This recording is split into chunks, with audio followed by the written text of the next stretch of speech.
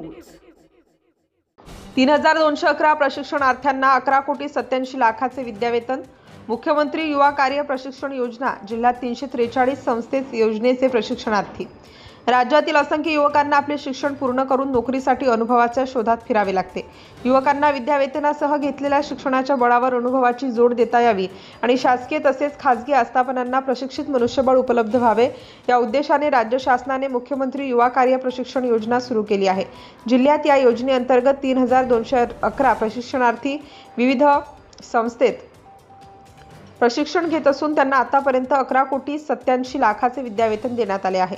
योजनेअंतर्गत प्रशिक्षण कालावधीत 12वी पास विद्यार्थ्यांना प्रतिमाह 6,000 रुपये, ITI पदविका उत्तीर्ण युवकांना 8,000 रुपये व पदवीधर पदव्युत्तर युवकांना 10,000 रुपये असे विद्यावेतन दिले जात आहे।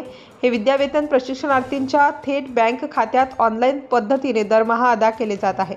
या योजनेअंतर्गत खासगी क्षेत्रातील उद्योजकांना एकूण कार्यरत मनुष्यबळाच्या 10% सेवा क्षेत्रासाठी 20% व केंद्र आणि राज्य शासनाच्या शासकीय निमशासकीय आस्थापना उद्योग महामंडळ यामध्ये मंजूर पदाच्या 5% इतके उमेदवार कार्य प्रशिक्षणासाठी घेण्याची मुभा होती।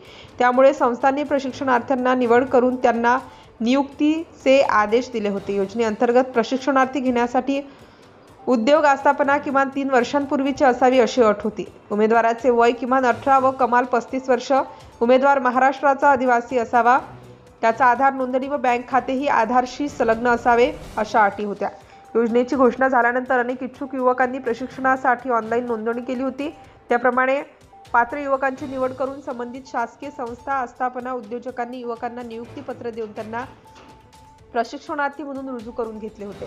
योजनेअंतर्गत जिल्ह्यातील नियुक्ती दिलेल्या पात्र उमेदवारांना त्यांच्या शैक्षणिक गुणवत्तेप्रमाणे विद्यावेतन दिले जात आहे। जिल्ह्यात विविध 287 शासकीय कार्यालये व खासगी आस्थापनांमध्ये एकूण 3211 प्रशिक्षणार्थी कार्यरत आहेत। या प्रशिक्षणार्थ्यांना आतापर्यंत 11,87,00,000 रुपयांचे विद्यावेतन देण्यात आलेले आहे। Subscribe now and press the bell icon.